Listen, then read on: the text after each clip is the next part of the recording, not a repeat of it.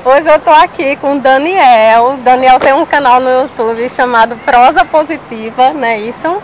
Então, Daniel é uma pessoa vivendo com o vírus do HIV.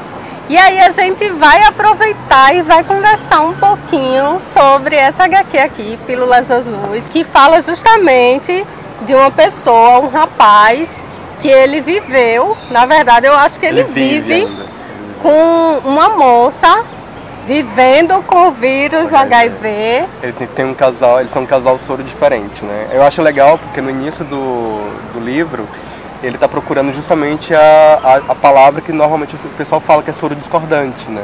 Só que tipo, não é uma discordância, na verdade, é uma diferença. É tanto que hoje em dia eles não falam mais essa expressão soro discordante, e sim um soro diferente, porque o discordante ele acaba sendo uma palavra meio que rebaixa. E aí, me fale um pouquinho sobre a AIDS. Primeiramente, tem que ter uma diferença entre HIV e AIDS, né? Porque o vírus do HIV, a pessoa que vive com o vírus HIV não necessariamente ela tem AIDS. O HIV é um vírus que a pessoa vive, é tanto que depois que ela toma a medicação, faz todos os cuidados certos, o vírus fica tão zero no sangue da pessoa que ela não corre o risco de ter transmissão. Então ela fica uma pessoa indetectável. É tanto que alguns casais, assim, são casais fixos, eles até nem usam o preservativo, a camisinha, porque realmente não corre o risco de ter transmissão. A AIDS, o que acontece? A AIDS é uma doença que, devido às doenças oportunistas, porque a imunidade da pessoa está baixa, e aí acaba ocorrendo ter a doença. Sendo que a pessoa que está com a doença, com a AIDS em si, hoje em dia com o tratamento, ela consegue voltar a ter somente o vírus também.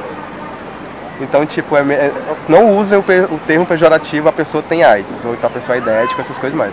Até porque hoje, graças a Deus, você tem o vírus HIV, você convive com a sociedade normal, não corre risco nenhum. O único problema, na verdade, é a falta de informação das pessoas, que por isso que existe o preconceito. Aí me diz uma coisa, quando você descobriu assim, eu, Daniel, sou portador, não, senhor, eu sou uma pessoa, você descobriu que você tinha o vírus. Como foi pra você isso? Então, eu descobri o vírus em 2011, quando eu morava aqui no Recife ainda, né? Ao meu ver, quando eu descobri, foi assim, super normal, sabe? Assim, descobri, eu já tinha informação sobre o assunto, então por que eu vou me desesperar, sabe? Porque, tipo, eu já sabia de toda a tecnologia da medicina, já sabia que uma pessoa vivendo, ela tem como ter uma qualidade de vida e tal. Então, pra mim foi normal. Eu simplesmente virei para a assistência social e falei assim, o que eu preciso saber agora é para onde eu tenho que ir para poder começar a fazer o tratamento, acompanhamento e tudo mais. Eu demorei 6 anos para começar a medicação, porque eu realmente não precisava. Eu comecei mais por causa do canal. Sim, eu vi isso aqui. No livro também eles falam isso. Eu fiquei meio sem entender direito. Como é isso? Explica pra gente. Desde 2013, toda pessoa que se descobre vivendo com o vírus do HIV, ela começou a fazer parte do processo de 90-90-90. O Ministério da Cultura, o Ministério da Saúde, eles passaram toda pessoa que acaba de descobrir a sorologia, ele já faz os exames para ver como é que está a carga viral, o CD4, que é a imunidade, né? Para poder já de início começar o medicamento, porque em questão de 3-4 meses a pessoa está indetectável. Se a pessoa está indetectável, as chances de passar para uma outra pessoa é 0. Então é justamente no livro mesmo, o médico fala assim, então seria bom a Kátia começar a medicação, porque aí vocês podem abolir a camisinha. Exatamente. Entendeu? É tanto que mais pra frente no livro também tem uma outra coisa que eles falam que é legal, que hoje em dia a mulher que é vivendo com o vírus HIV, ela já pode ter filhos e o vírus não passa. E eles tiveram uma filha, né? Lá no final, né? Mas aí foi inseminação, né? Eles fizeram a inseminação caseira, né? Na verdade eu comecei a rir, porque tem todo um tratamento que você faz, um acompanhamento médico. Quando a mãe tem o filho, ela não pode amamentar, porque o leite materno tem sangue, né? Então pode ocorrer o risco de ter a transmissão do vírus. Mas alguns países, como Cuba, por exemplo, Cuba foi o primeiro país do mundo onde eles conseguiram zerar a taxa de nascimento com pessoas com vírus HIV. Que interessante.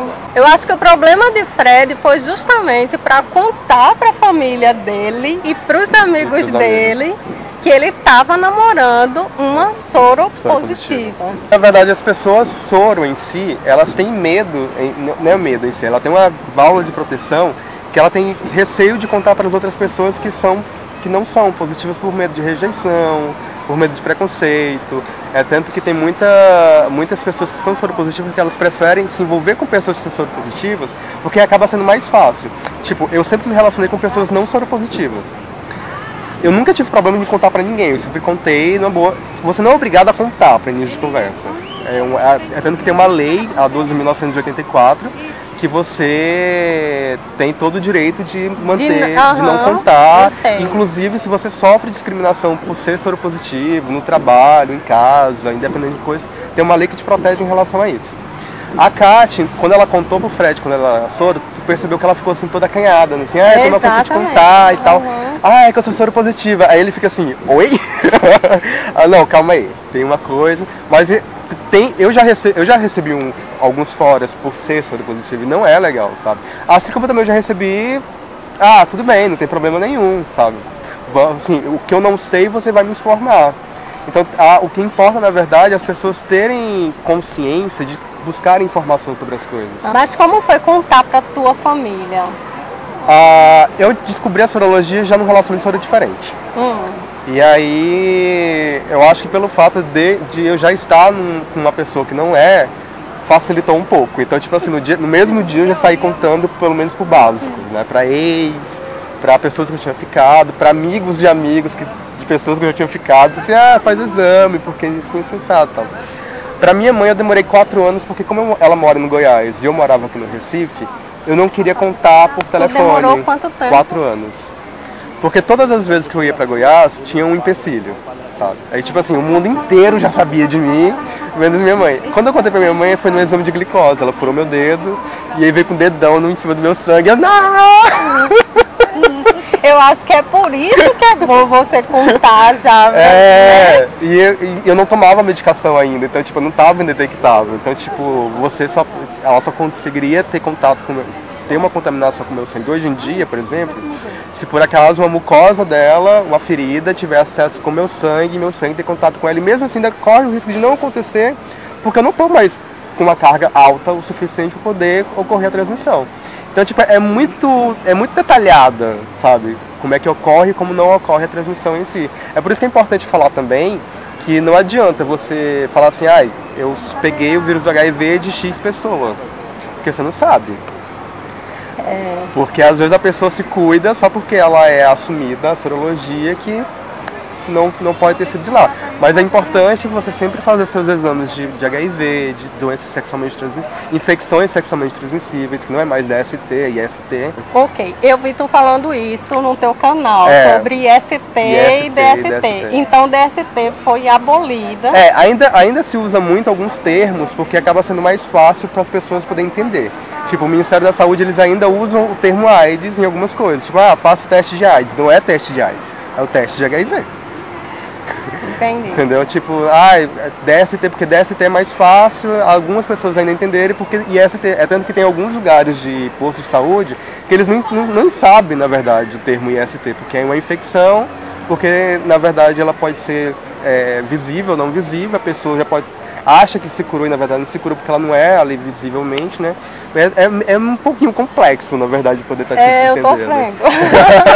Mas na nada verdade, que a gente só tem que procurar ler mais sobre o assunto. Nada que sentar com alguém que ou buscar informação com o médico. Exatamente. Agora, falar em informação com o médico, eu vi aqui, quando a camisinha de Fred estourou, que ele ficou desesperado, né? Não, eu contraí, posso falar assim, contraí agora.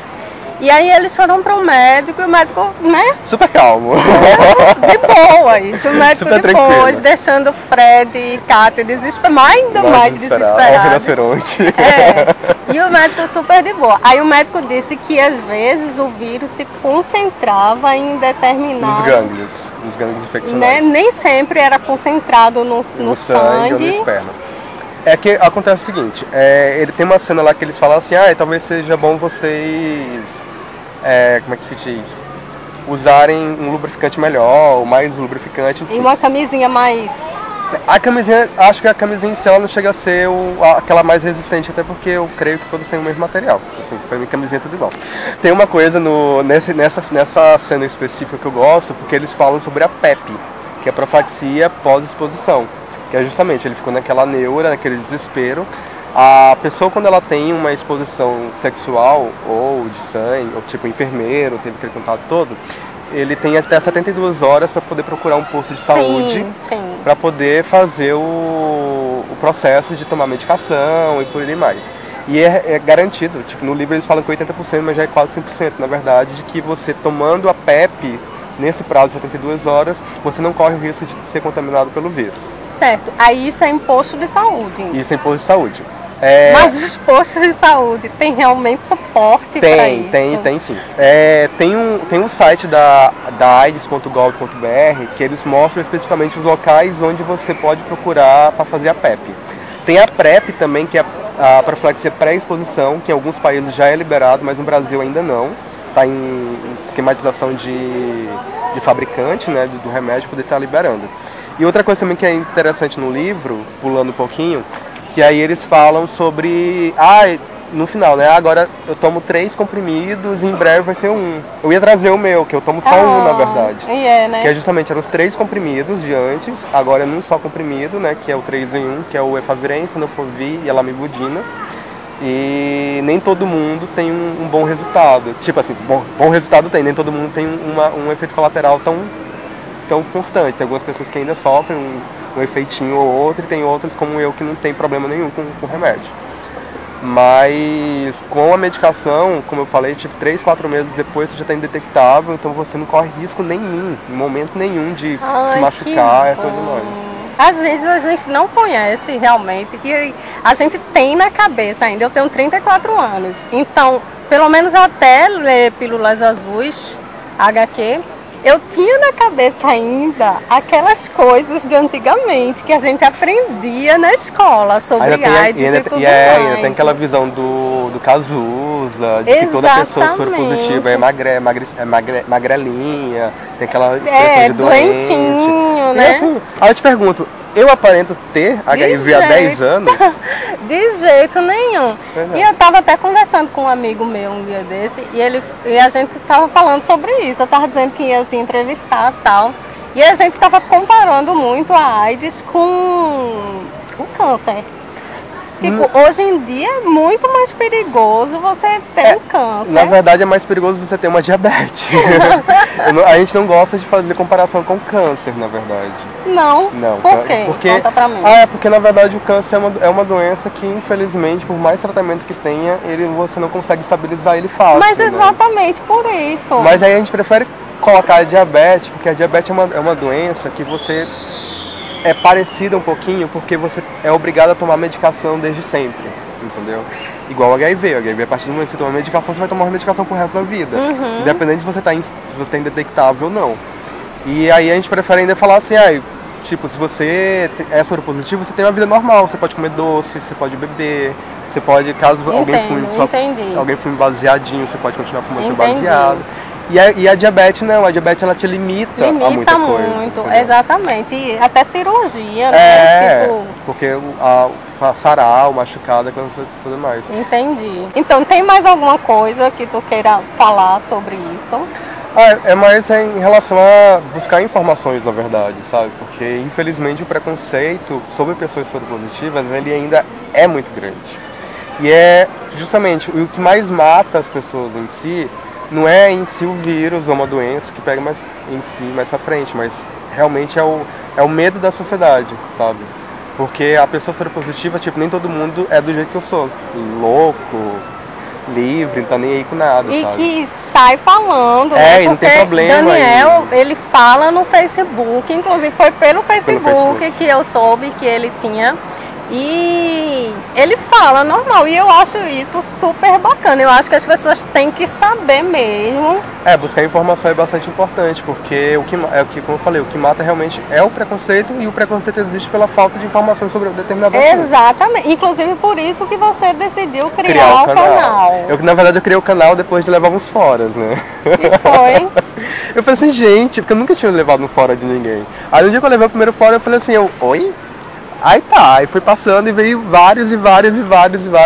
Aí no dia que eu tava na balada, que um cara, eu atravessei a rua, aí ele já sabia de mim, que é alguém que eu tinha conhecido, ele me olhou pro amigo dele, conversou com alguma coisa, cochichou, o amigo dele olhou pra mim, fez aquela olhada assim de cima e embaixo, virou pro lado e saiu de perto.